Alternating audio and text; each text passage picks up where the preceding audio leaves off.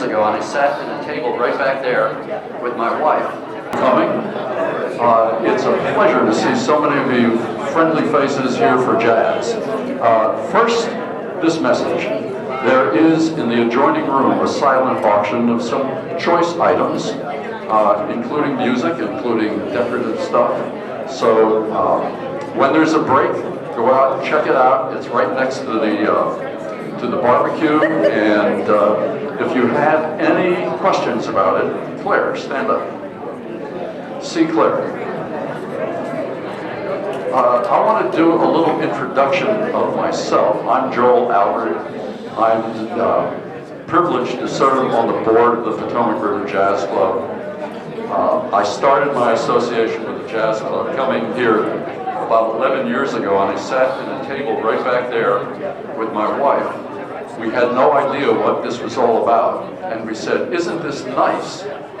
They are serving potato chips and pretzels. And we reached for the potato chips and pretzels, and all the people at the table grabbed it because it wasn't served. Everybody was bringing their own potato chips and pretzels, and that was the rudimentary beginning of the Jazz Club, and today it's barbecue and cornbread. I came kind of tripping into public speaking. I'll tell you, it's a little story that has nothing to do with jazz. It was early in the, somewhere in the mid-60s, and I was in charge of election coverage at the television station I was working for. And we were recruiting teachers to go to the polls and get the results. And they gave me 1 minute to speak before the teachers' convention. And I worked on that speech. My wife said, you know, I was a wreck for a week and a half, cutting a word here and a phrase there and this and that until I got it down to exactly 60 seconds. And now it was my turn to speak, and they said, okay, go on stage. And I went on stage, and before me in this auditorium, I'm not making this up, there were 10,000 people, 10,000 teachers. I'm a shy guy. I got up to the podium. I'll give you behind the podium. This is true. I was like this, but I took a deep breath and I went into my 1 minute spiel, and I can tell you, after that trial by fire, and Rob may know something about this, I was never afraid to speak in public again, until today, and I'll tell you why. But in the beginning, it was about fun and games.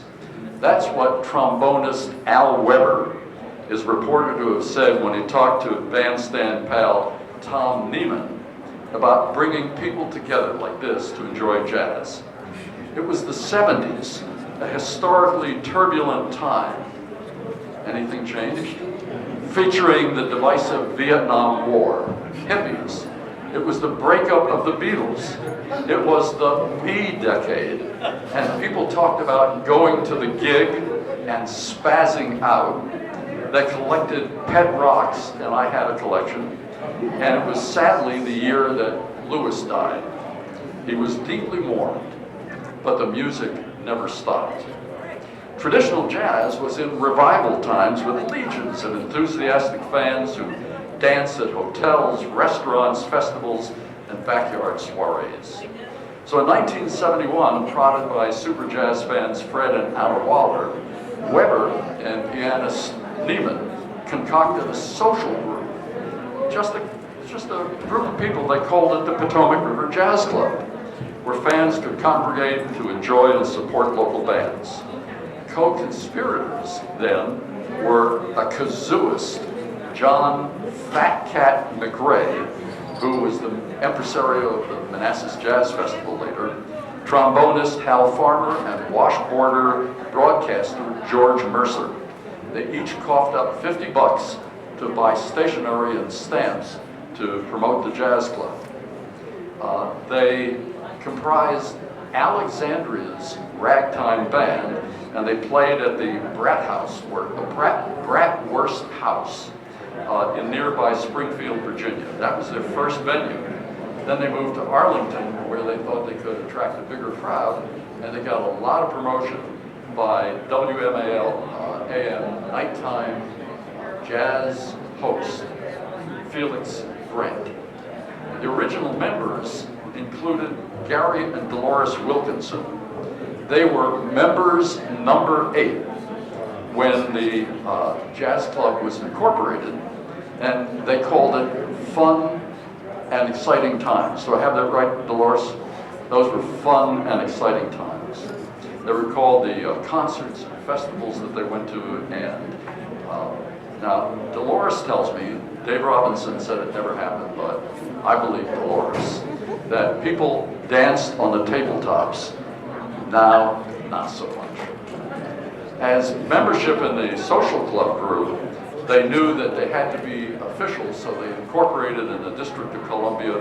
They got a logo and a newsletter and collected dues. Over the half century since these pals came together to jazz it up, all the members of that board, one by one, have passed on. But the Wilkinsons are represented to us today with Dolores. Gary broke his toe the other day, so he's sitting at home, and he'll watch us on the YouTube feed. They have been enthusiastic supporters in spirit and philanthropically of our many endeavors. When we brought Bonu Gibson up here 4 years ago and went around the room to see who would sponsor, Gary jumped up out of his seat and said, "I'll give $1,000. Now that's putting your money right where it belongs. Support of jazz. So Dolores, come on up. We want to give you our Founders Award, the first such award in club history. Dolores Wilkinson.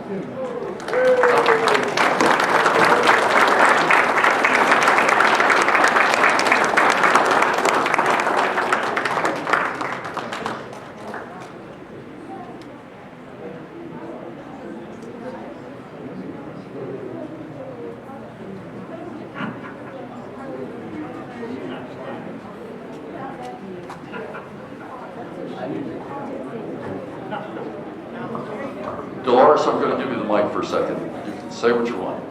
It's your 15 minutes of fame. Face the crowd.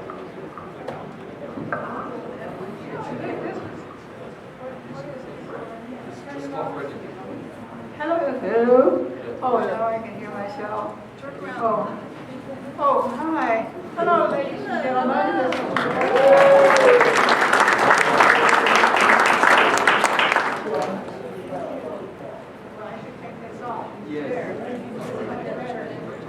Hi. Yes. Now that I've taken my mask off, let me take a picture. Hello. We are here to celebrating 50 years of wonderful PRJC jazz, and we're enjoying every moment. And it's been so much fun, great. And all of you are here enjoying this also. And we'll carry on more fond memories of this event. Thank you. Thank you, Dolores, for your great support of jazz, and for the $1,000 to bring Bonu up here to sing.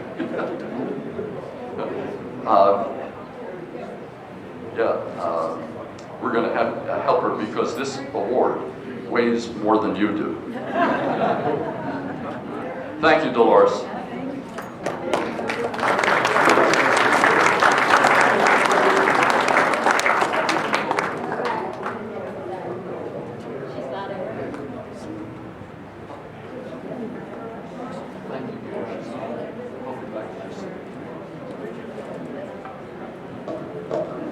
Now this one is going to take a little production, and I'm going to try to get it right. I've produced a lot of stuff in my lifetime. Some of it even worked. Our guest and honoree, I discover, has some things in common with me. We both associate with the radio broadcasting business. That's where I got my start.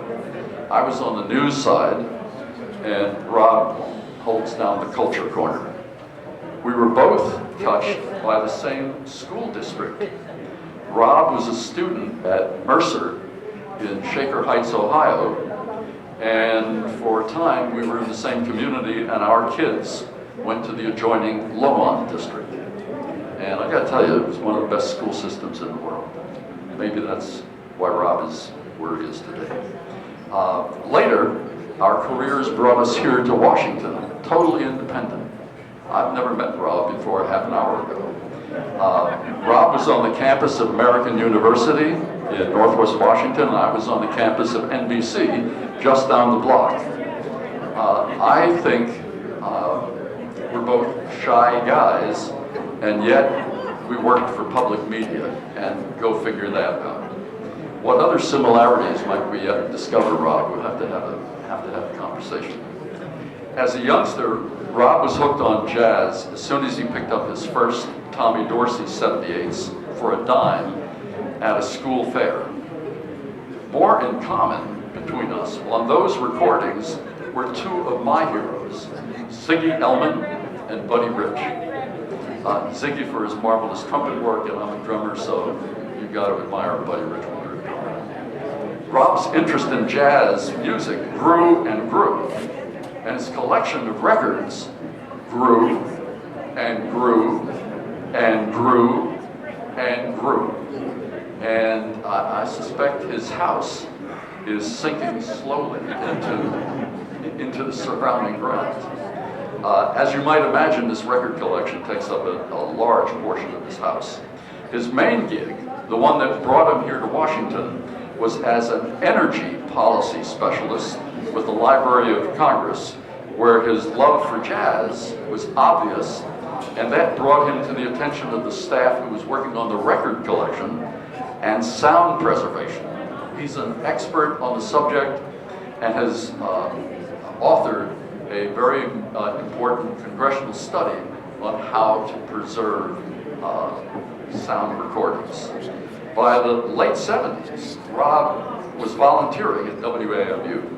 And 2 years later, in 1980, the station gave him, get him off their back, gave him 3 hours of time on Saturday night, where he held steadily for 38 years. Until, that is, the station, how do we say this delicately, the station came to Yogi Berra's fork in the road, and they took it. Just like that, Hot Jazz and Rob were ushered into the wilderness. Into the station's mailbox, though, came petitions of protest signed by thousands, including mine and probably some of yours. Letters said, "What's the value proposition for canceling Hot Jazz Saturday night?" Or, "WAMU is out of my life and off my list of charities. I hope they go belly up soon." Those letters were the polite ones. I can report to you that the loss of these marvelously researched and produced broadcasts to us here at Tony River Jazz, the loss was palpable. It was not an exaggeration to call it like a death in the family.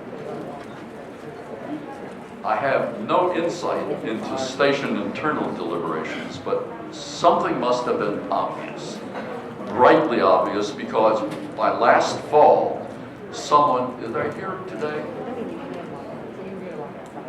Got it? 1, 2, okay. Somebody here today knew that there was time for a pivot. And with some appropriate fanfare, Rob again hosts, and jazz reigns once more on the airwaves. It was an electronic resurrection.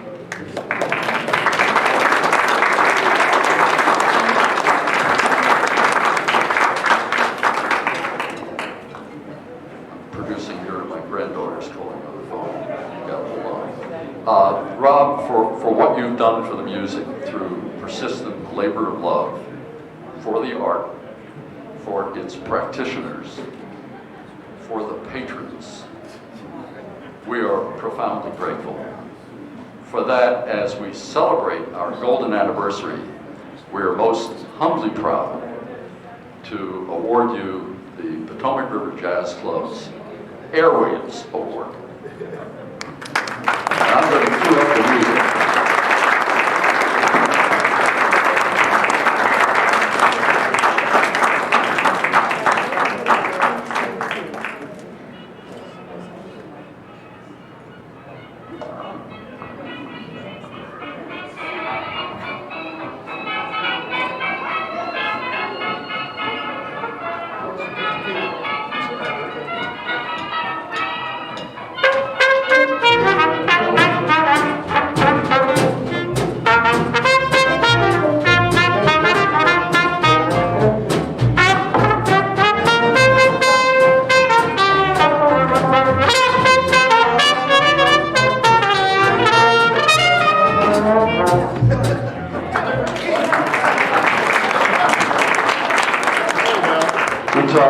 We tossed Dave a curve. The Roger Kahn recording that I had on the cell phone is in a different key. Rob Bamberger.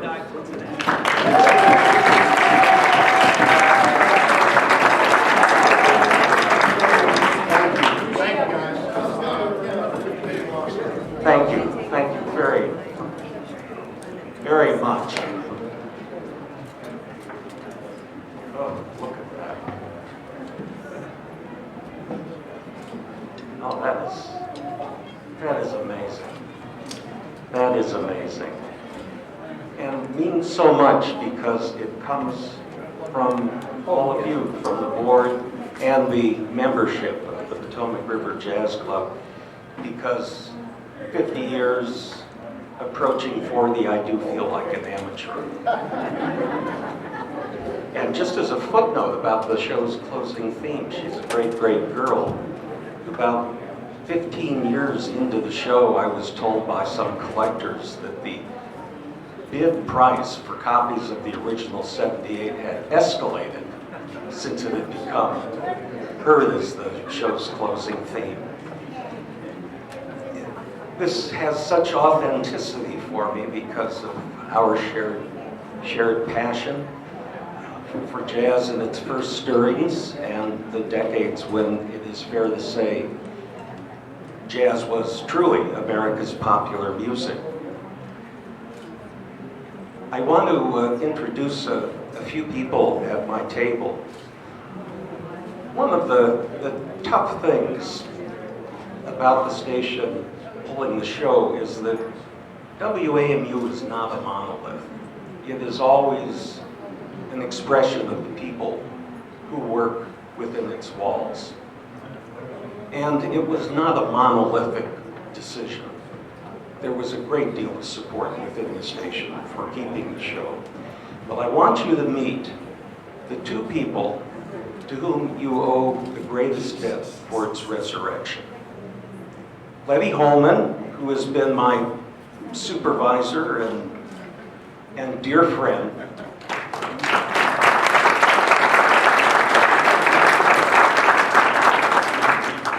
for more than 30 years.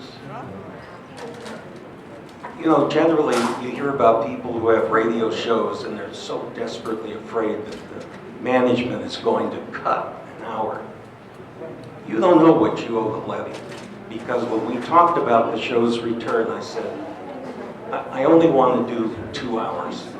I don't know how tough it'll be to get into harness. Letty said, of course, of course. And then she came back to me and said, you're doing 3 hours. You owe that hour to Letty.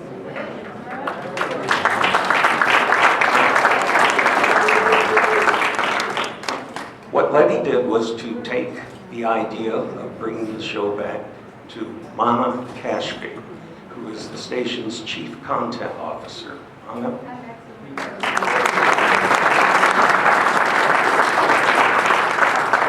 And she revealed during our membership campaign last December that it was the first executive decision she made.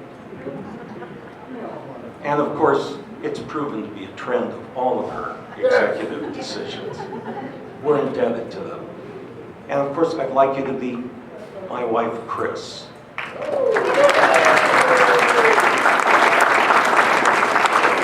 been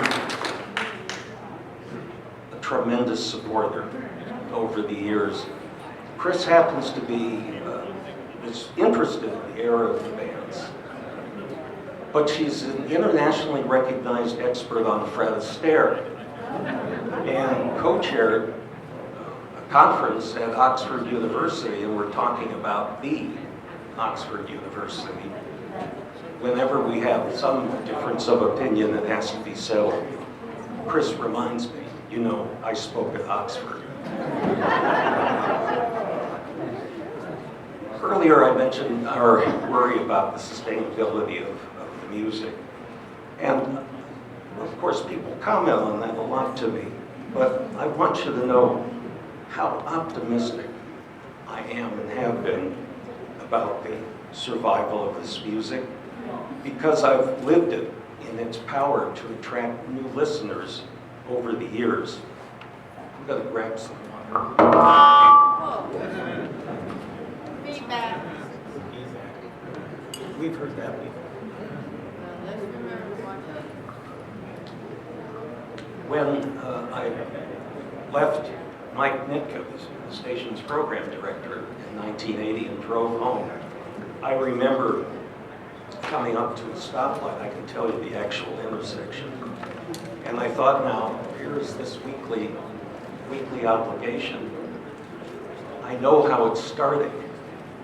I wonder how it will end. And if someone had suggested to me that I might be standing amongst you in the year 2021 and still hosting and producing the show, I might have run from the entire situation. I never imagined it. I sometimes wonder how I had the cheek to think in 1980 I could do such a thing.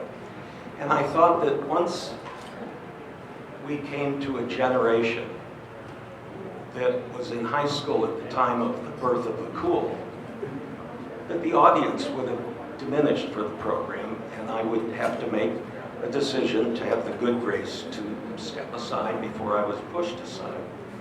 But what's happened is the audience over the years has grown enormously for this little Saturday night shows. And I've learned of the influence it has had. People who told me that they conducted their romance with the show as a soundtrack and now have kids and are staying in at night and the show is still a soundtrack.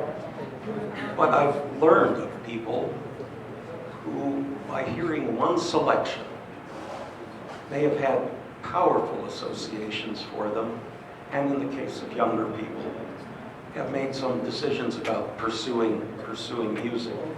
And I could give you examples of that, but I don't want to be stomped on by fidgety feet. We got our name from you. I didn't understand until the show was pulled just how much, and for so many people, the show had mattered. And when Letty and Mama brought it back, we were overwhelmed with a veritable tsunami of people who, stuck in their homes during the pandemic, felt that something familiar, something like an old friend, was back for them. I consider myself incredibly fortunate to have a radio program that people enjoy as much as apparently they do. I regard it as a privilege, really, and I've remarked to any number of people that in this adult world that we're living in at the moment, I don't think there's anything more important I could be doing than Hot Jazz Saturday Night. And when I look at this magnificent award, which I will be carrying about from room to room, floor to floor. By the bed at night, I'll have to move the CPAP. Every time I look at it, I will be reminded that Hot Jazz Saturday Night matters, that this little Saturday night creation of mine has been Consonants for about 39 years. And that its influence will continue to manifest itself and do so for years to come in more ways I will never know or can begin to fathom. The Potomac River Jazz Club can say the same. Thank you so much.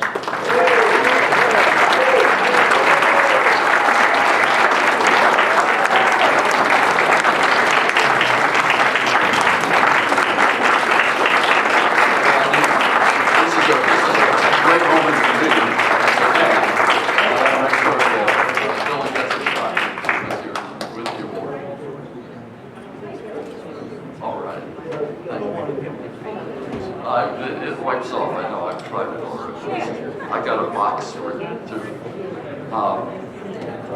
Chris is otherwise known as She Who Tolerates the Record Collection. Thank you for letting me put that together. That's marvelous. I have a box for that too. This is heavy too. It's, yeah. I'll put this down.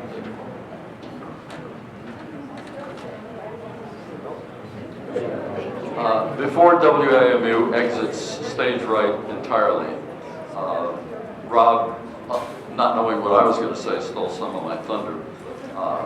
We're honored today to have with us two of his colleagues, as he said, actually his bosses who play critical roles in the numerous programming decisions and mechanics of keeping our nation's capital alive with an incredibly diverse and thoughtful scheduled broadcast. Thank you both. I don't have any entrance music for them as I did for Bob.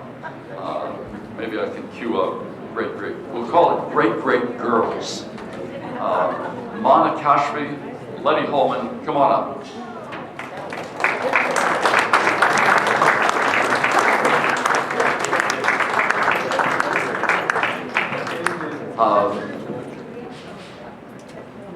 Letty makes the things work, and Mana makes the big decisions.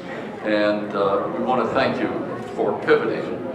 You can take a bow and give these folks an applause because these guys make it happen. This is big time radio in Washington, D.C., the nation's capital. And is Bob Lou here? Bob Lou, you have the paper? We got a piece of paper for you guys. He's a keeper of our treasury. It's an award from you guys. It's your money. It's a $500 grant to WAMU. Use it for however you see fit, as long as it is totally in support of Hot Jazz Saturday. Thank you both very much. You want to say anything?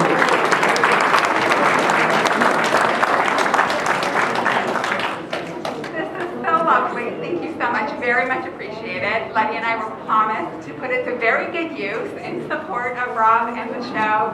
And I think the appreciation that you have shown Rob here, the celebration you have shown Rob here is very in keeping with what we have heard since the show came back last fall. And it's truly a testament to his passion and knowledge and creativity.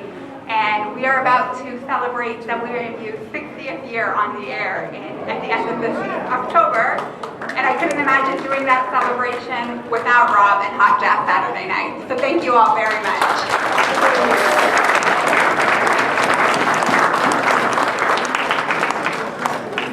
I've got one more. No folderol, no Bluetooth that didn't work. So you have to bear with me as I pull my notes together. I got a lot of paper here, and I always used to working from the script. Let's see. Percussionist from the age of 12. Dave has moved through pop, rock, classical, and many. No, that's not right. David Robinson, born May 1944, is nicknamed Robbo. He's an Irish music producer, video director, and photographer, and he didn't sing with the church choir because I know that better. So here we are. Our next honoree, I think I'm back on track now, is from neither England nor Ireland nor the Midwest. He's a local kid, made good in music. He's been a clinician, a lecturer, an instructor, adjudicator, mentor, teacher, disc jockey, excuse me, Rob, radio host. He's performed, toured, he has led, has been a sideman. He has founded, produced, launched. It's a long list of credits to a guy who has no idea what we're about to do here. We know Dave as the fellow who leads the band at PRJC's long-running monthly jam. He's our most devoted resident archivist and historian. But as I hinted, there's much more, and I'll just scratch the surface. This is just a tiny little bit of a gentleman. He founded the Traditional Jazz Educators Network. So wherever you go and they have academic discussions of jazz, Dave is a known quantity. He's on the faculty of several jazz camps. He founded, and as you saw today, he led the Capital Focus Youth Jazz Band that you heard earlier today. He wrote the book, literally, wrote the book on jazz clubs in 1991. Volumes of step-by-step of how to create, organize, and keep a jazz club going, and it's all pertinent today. Don't try to tell him, though, do not try to tell him that jazz is jazz. It's not the same, because Dave knows the nuances between and among styles, and he will tell you why you ought to change your mind. In short, and this is the most important thing to me, and probably to you too, Dave cares. He cares. And for that alone, but much more, we present David Robinson with our Exemplary Service Award. Dave?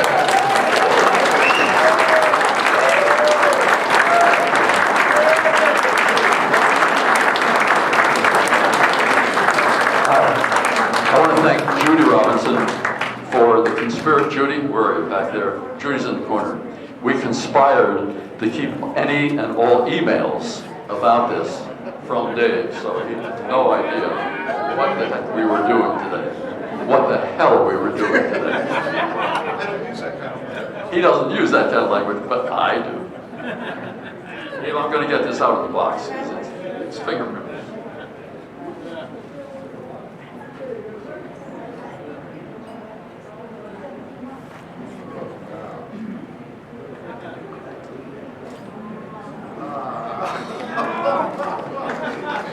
It's got a little hologram of me, a photo that Joel took of me a few years ago as a hologram in this thing. Oh, that is spectacular.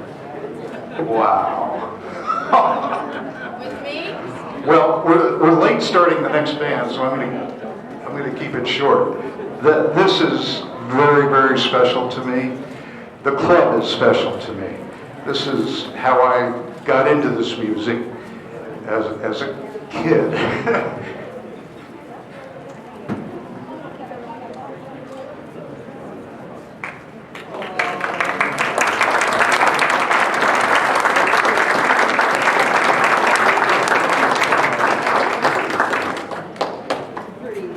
Sorry, I have to collect myself. Wow. Was it a surprise? Thank you. What? Was it a surprise? Yes, of course. Yay! Yay! Oh my goodness. I can't tell you what it means to me, what the club means to me, and I want to say, living with the membership secretary, she was membership secretary in the mid-'80s when this club had 1,800 members. Wow. And she was one busy gal, and this was before the internet. Everything was done by hand and by typewriter. And now, it's a smaller club, but it still keeps her hopping. And I really appreciate her support of this music, and I appreciate how hard the entire board has worked. They've been meeting by Zoom every other week for like a year now to plan every last detail of this event and keep this detail from me. And they've just worked so hard to make this happen, and I salute every one of the... Can we just have the current board stand up, please, and be recognized? Give them a big hand, folks.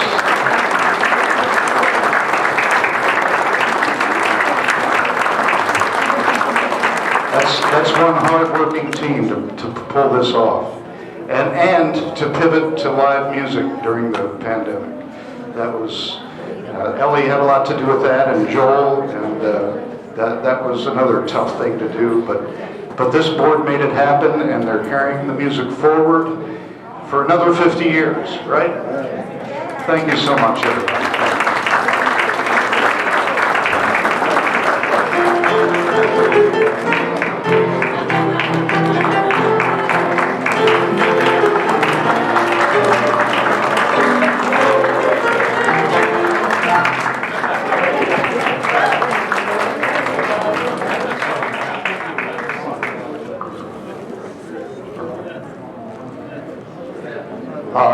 I don't know about anybody else, but I have done more than my share of talking just to say one more thing, and that is to cite Bunny Ronsevic, who's to my back. Bunny got the caterer, got the hall, got the decorations, got this, got that, got everything. You want to say anything, Bunny, and then we're gonna let the music speak for itself. There were a lot of hands that helped, but I'm going to take all the credit. And I want to tell you, I know how to do it better for the 100th, and we'll all be here to help it. Oh, bye-bye.